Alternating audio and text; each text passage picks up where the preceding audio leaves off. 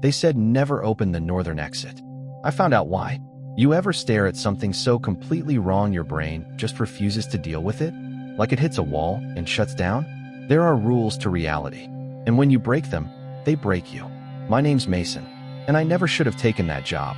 It was called Black Hollow Station, a research site so far up in the Arctic that maps forget it exists.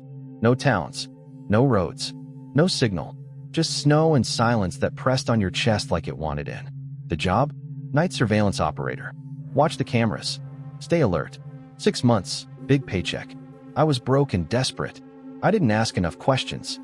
When I arrived, a man was already outside the station, tall, bald, face hard as granite. His white parka bore a black insignia shaped like an eye inside a triangle. He didn't greet me, just said, "We'll go over the rules first." He handed me a red-lettered laminated card. Never open the observation room door between 1:11 a.m. and 2:47 a.m. If hallway lights flicker, do not move. Hold your breath. At 3:03 a.m., check camera 6. If someone is there, do not look away. Ignore knocks in the vents. Don't talk back.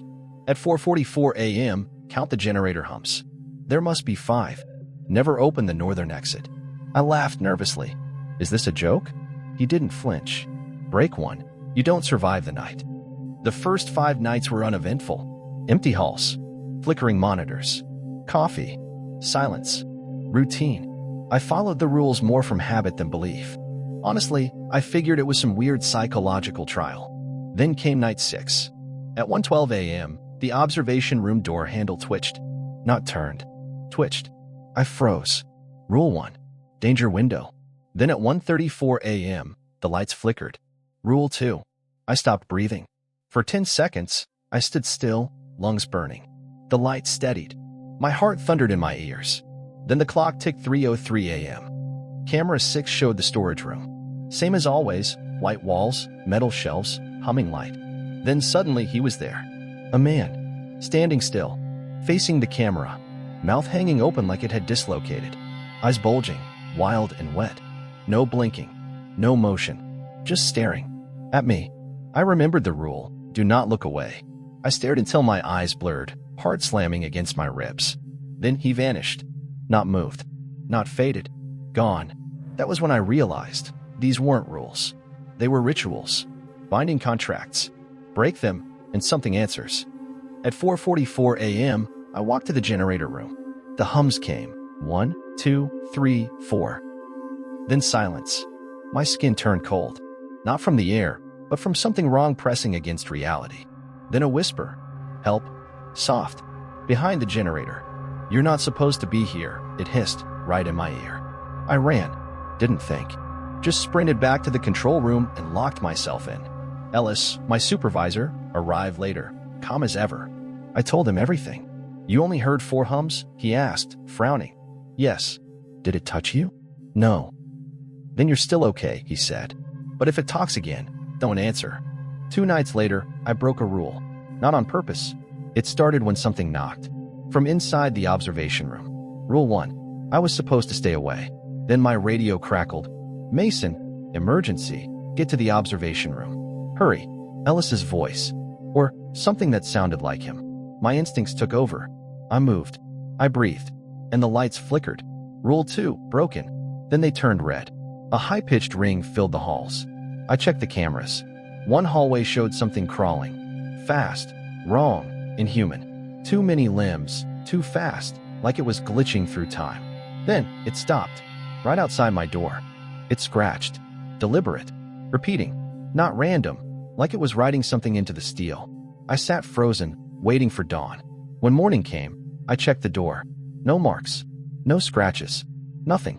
But inside, something cracked. My soul felt thin, like a thread stretched to tearing. I demanded answers from Ellis. What are we really doing here? His answer chilled me more than anything else had. We're not researching. We're containing. Ellis slid a manila folder across the table. Inside, grainy photos. Twisted forms with too many joints. Shadows with bones. Spines floating in smoke. Residuals, he said. Not ghosts. Not aliens. We don't know what they are. But the Arctic draws them. Something old lives in this place. The rules keep them locked out or in. And if the rules break, they get out. Or we let something in. I didn't sleep. Couldn't. Even silence felt like it had teeth.